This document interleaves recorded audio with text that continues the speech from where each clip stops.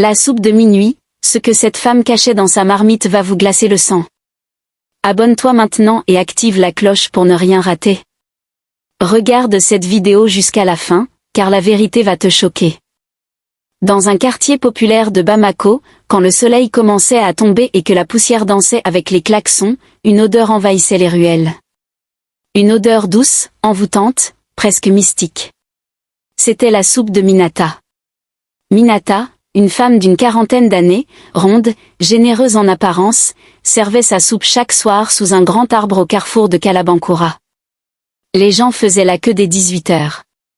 On venait de Lafiabougou, de Sogoniko, même de Niamakoro pour goûter sa soupe. Et pourtant, personne ne savait ce qu'elle mettait dedans. À côté de Minata, il y avait 3 autres vendeuses, Safiatou, Djenba et Awa. Elles vendaient du rissos, des brochettes, du thau, mais leur marmite restait à moitié pleine quand celle de Minata était déjà raclée. Elle a mis quoi dedans, hein? Même son Maguila ne peut pas faire ça, s'agaçait Djenba. Ça sent pas normal, Walaï, répondait Safiatou, le regard noir. Minata vivait seule.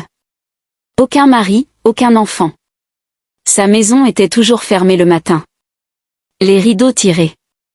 Mais tous les soirs, elle sortait, propre, maquillée. Personne ne savait ce qu'elle faisait la journée. Ni où elle préparait sa fameuse soupe.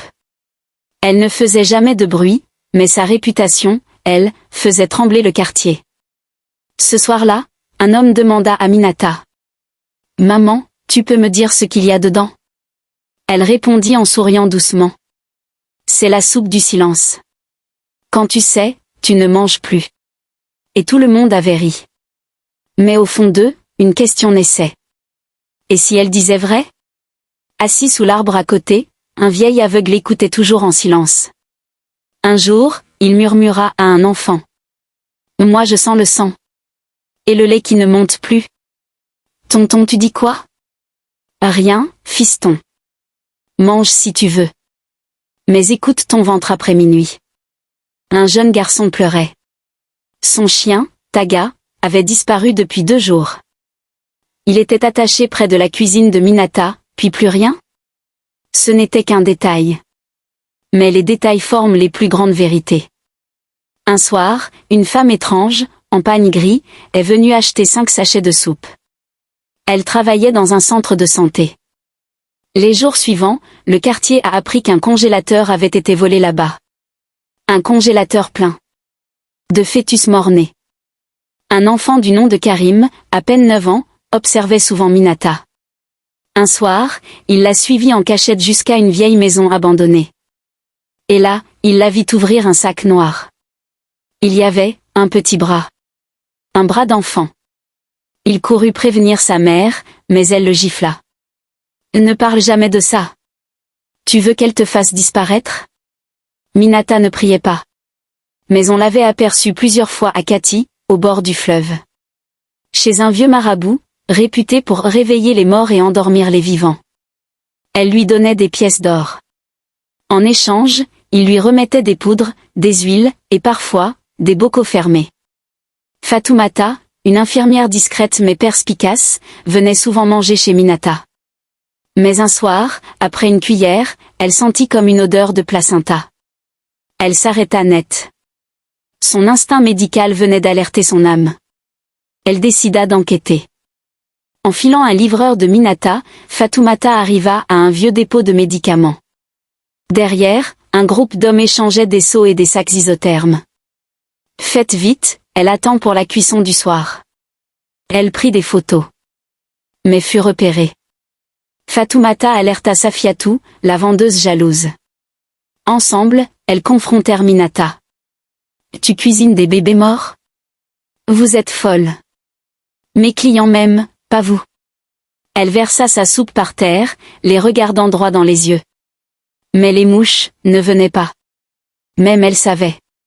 Certains clients rapportèrent des rêves étranges. Des cauchemars où des bébés pleuraient dans leur ventre. Où leurs intestins devenaient des berceaux. Une femme perdit connaissance. Un homme vomit du sang coagulé. Karim, l'enfant observateur, tomba malade. Il répétait. Ils veulent sortir. Je les ai vus. Dans la marmite. Il fut emmené chez un imam, puis chez le marabout du quartier. Tous refusèrent de le soigner. Ils avaient trop peur. Un soir, un vieil homme venu du nord débarqua. Il parlait peu. Il demanda un bol de soupe de Minata, le posa à terre, puis pria. La soupe prit feu toute seule. Il dit. Ce feu-là ne vient pas d'ici. Ni la chair. Le lendemain, une foule en colère attendait Minata. Mais elle ne sortit pas. Sa porte était ouverte. À l'intérieur, des bocaux, des restes humains, des croix inversées, et un congélateur. Minata avait fui. En boubou rouge, à moto, direction Sibi. Mais la route l'a trahi. Un camion de livraison l'écrasa en pleine nuit. On retrouva son corps, et un sachet rempli de doigts humains.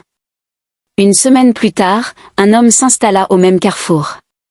Il vendait la même soupe. Même recette. Et les gens continuaient à venir. Comme si le goût du péché avait déjà infecté leur langue. Le marabout du fleuve arriva à Bamako, furieux. Quelqu'un l'avait trahi. Il enterra un objet au même carrefour. Et murmura. Tant que la terre n'a pas tout recraché, vous continuerez à manger la mort. Parfois, à minuit, des passants disent entendre une voix. Ma soupe est prête? Il regarde autour, mais il n'y a personne. Juste une marmite fumante, posée là, sous l'arbre. Et cette odeur, irrésistible, qui recommence. Abonne-toi maintenant et active la cloche pour ne rien rater.